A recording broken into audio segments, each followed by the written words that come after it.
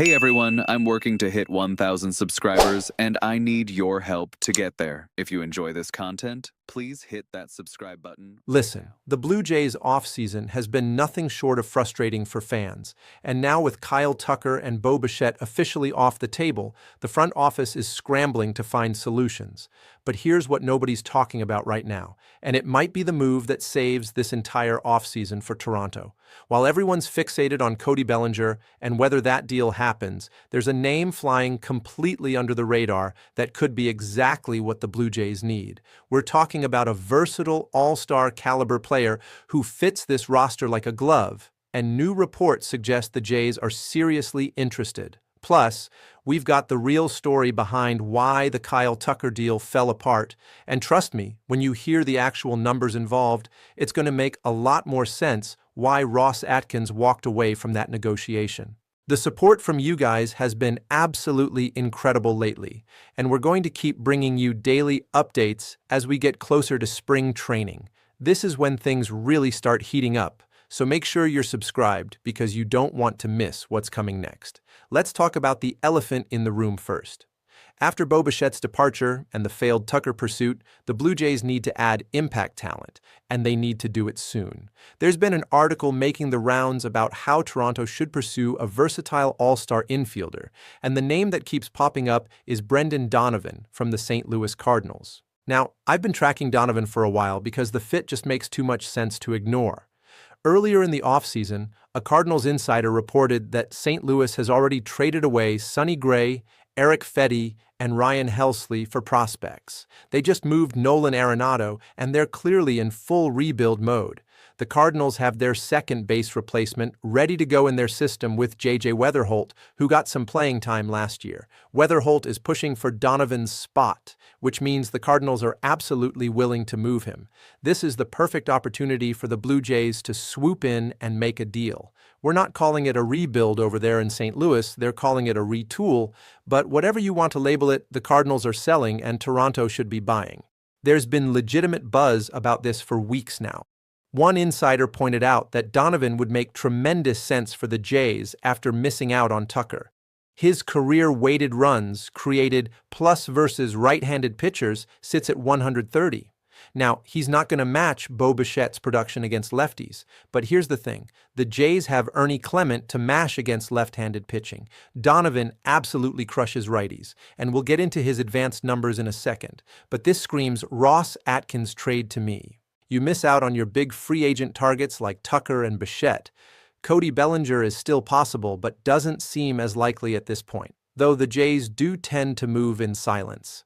Brendan Donovan makes all the sense in the world because he comes with 2 years of team control.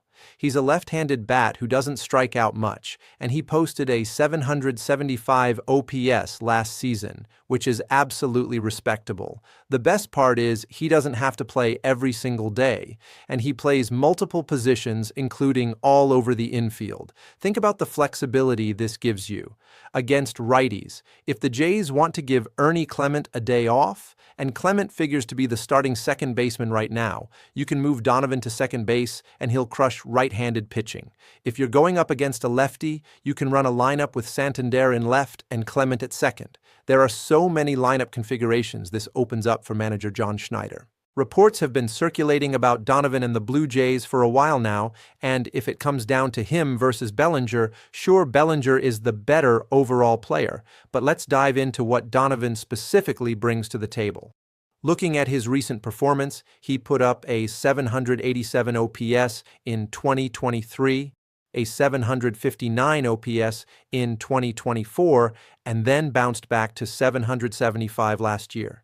He's a decent defender, not someone who's going to blow you away with advanced metrics, but he's capable at multiple positions. His StatCast page has him listed as a second baseman, though he plays a significant amount of left field too. His peripherals are really solid. He's in the 95th percentile for whiff percentage, meaning he almost never strikes out.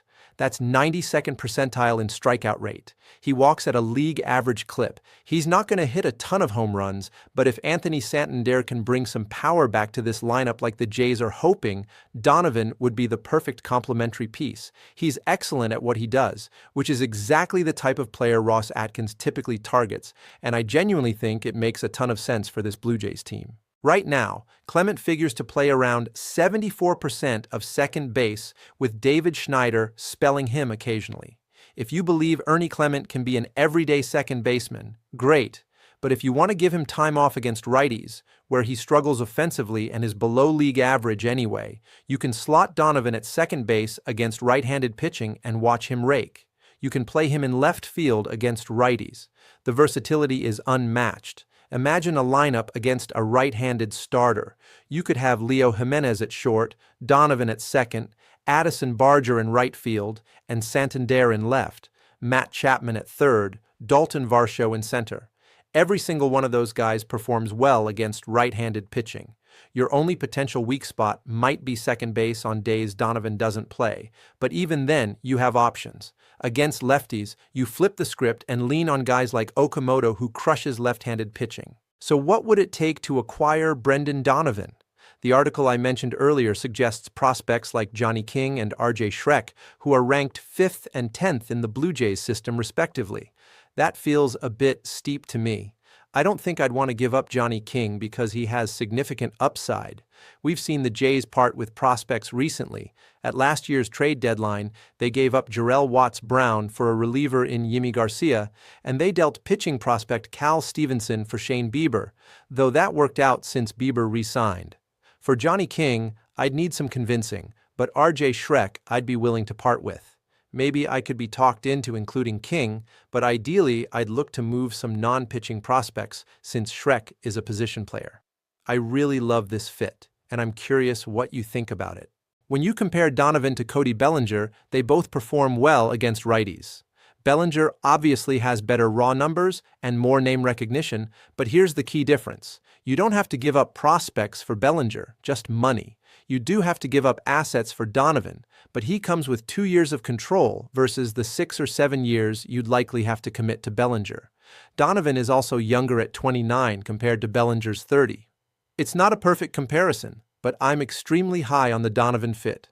That's why we're spending time on this today. Now let's shift to the Kyle Tucker situation, because a report dropped late last night that reveals exactly why that deal fell apart. Tucker did have a long-term offer from Toronto, we knew that much, but supposedly if the Blue Jays had increased the annual value, there was a legitimate chance to close the deal. The problem was Toronto's $35 million average annual value was the absolute limit because they didn't want to exceed Vladimir Guerrero Jr.'s $35.7 million AAV on his extension. I think Kyle Tucker had genuine interest in joining the Blue Jays. The issue wasn't fit or desire. It was purely about the money, specifically the annual salary. If the Jays had bumped it to $40 million per year, maybe $400 million total, they might have gotten it done. But Atkins and the front office refused to go above Vladdy's deal, which I think makes sense for right now. Here's my concern, though. You can't let this constraint handcuff you forever. Vladdy just signed a 15-year extension, and he's entering year 1 next season. With the salary cap likely coming in the next CBA and potential lockout looming, teams are going to have to pay premium players more than what Guerrero got. Kyle Tucker isn't worth $35.7 million in a vacuum, and Vladdy's deal already looks like a bargain.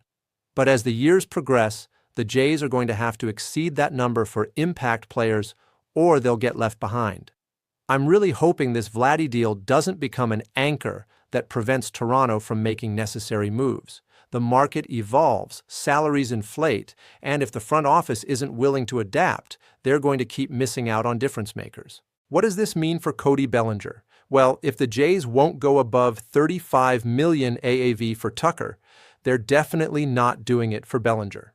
That makes total sense, but it also might mean a shorter-term deal with higher annual value is completely off the table if they're sticking to this internal ceiling. The Brendan Donovan route becomes even more appealing when you factor all this in. You're not breaking the bank, you're not surrendering your entire farm system, and you're adding a quality player who fits multiple needs. He gives you lineup flexibility, solid production against the pitchers you face most often, and he doesn't block any of your young talent from developing. This offseason has been a roller coaster for Blue Jays fans, and I get the frustration. Missing out on Tucker stings, losing Bichette hurts, and the Bellinger situation remains unclear. But if Ross Atkins can pivot and land Brendan Donovan without gutting the prospect pool, that's a win. It might not be the flashy superstar addition everyone wanted, but it's the type of smart, under-the-radar move that can absolutely pay dividends over the next 2 seasons. Let me know in the comments what you think about Donovan as a target. Would you be willing to part with RJ Shrek to make this happen? What about Johnny King? And does the Tucker report change how you feel about the front office's approach this winter? I want to hear all your thoughts because this is getting really interesting as we inch closer to spring training. Thanks for watching, and I'll see you in the next one.